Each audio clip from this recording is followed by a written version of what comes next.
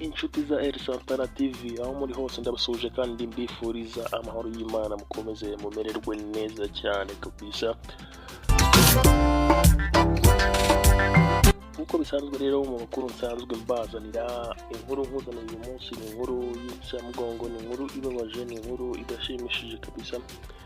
Inkuru ivuga ko umusore witwa rero Habanabakize Etienne wari utuye mu karere ka Nyabihu mu murenge wa Jenda yamize inyama y'inka itogosheje iramuhagama birangira umusore apfuye.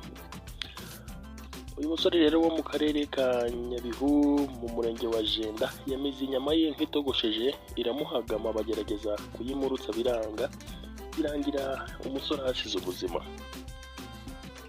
Ababibonye rero bemeza ko uyu musore yagiye kugura ibiryo muri resitora biriho inyama itogosheje, hanyuma uyu musore inyama ayishyira mu itama, umwuka urabura, bamwihutana kuri poste de santé iri aho hafi, bibi by'ubusa birangira umusore apfuye.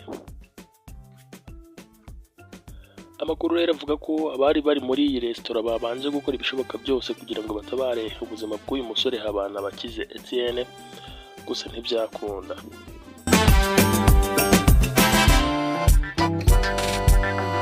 Umwe mu bo mu muryango rero wa Habanabakize Etienne avuga ko inyama ikimara kumuniga yahise yikubita hasi, maze abantu bagerageza kumufasha ngo barebe ko yayiruka biranga. Umunyamabanga nshingwabikorwa w'umurenge wa Jenda rero yitwa Jean d'Arc yabwiye Kigali Today dukesha iyi nkuru ko iyo nyama yamunigiye mu karesitora gaciriritse ko mu mudugudu wa Sakira mu kagari ka Kinanyana, aho ni mu karere ka Nyabihu.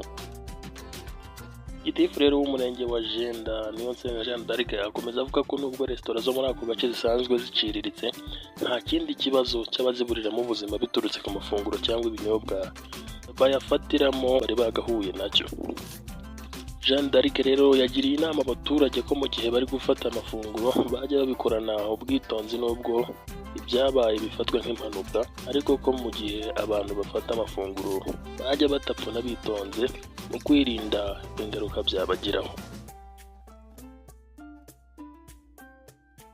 Habanabakize Etienne rero w'imyaka 24 akaba yashyinguwe kuri uyu wa mbere ku itariki ya 3 z'ukwezi kwa gatandatu 2024. Twavuga ngo rero Habanabakize Etienne, Imana iguhe urukundo idashira kandi uruhukire mu mahoro.